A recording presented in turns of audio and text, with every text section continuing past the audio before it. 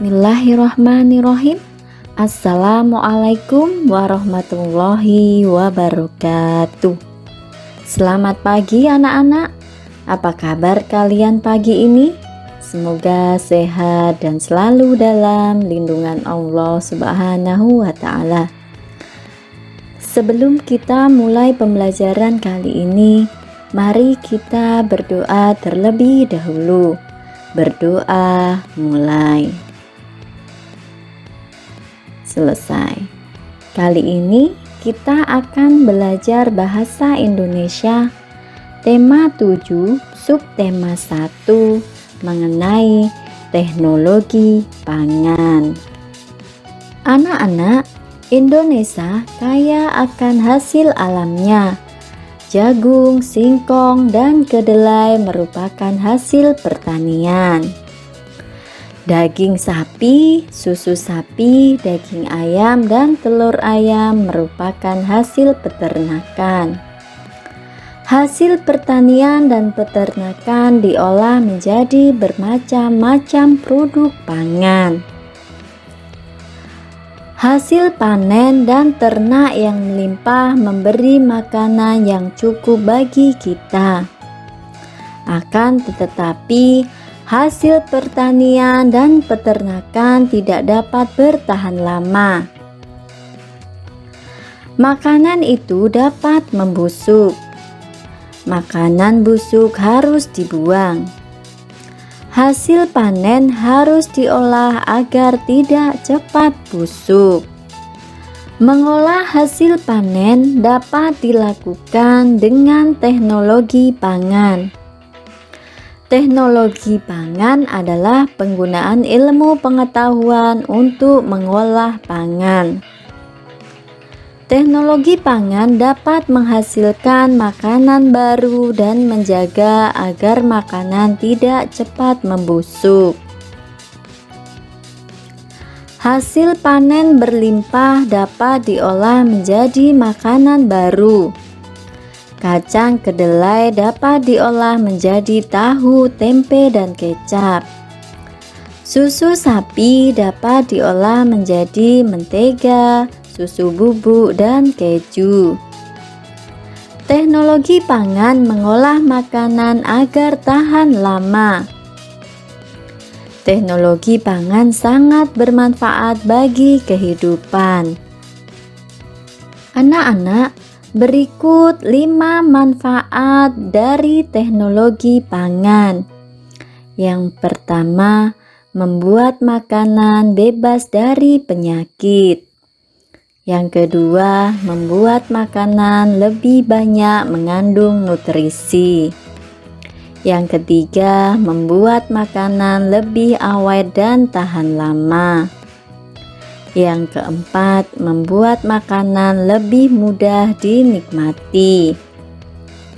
Dan yang kelima, mengurangi sisa bahan pangan yang terbuang atau membusuk. Anak-anak, berikut merupakan contoh hasil makanan yang diolah dengan menggunakan teknologi pangan. Yang pertama, kacang kedelai. Kacang kedelai dapat diolah menjadi tahu, tempe, dan susu kedelai. Kemudian yang kedua, mangga dan stroberi. Mangga dan stroberi dapat diolah menjadi manisan dan selai. Yang ketiga, daging. Daging dapat diolah menjadi bakso, sosis, dan kornet. Kemudian yang keempat adalah singkong. Singkong dapat diolah menjadi rendang singkong, karang kaliang, dan dakak-dakak. Dan yang kelima, susu sapi. Susu sapi dapat diolah menjadi mentega, susu bubuk, dan keju. Anak-anak, berikut merupakan contoh proses cara mengolah kedelai menjadi tempe dengan menggunakan teknologi pangan. Mari kita belajar sama-sama cara membuat tempe. Yang pertama, kacang kedelai dicuci sampai bersih. Kemudian yang kedua, direndam selama 12-18 jam. Yang ketiga, kacang kedelai dicuci hingga kulitnya terlepas.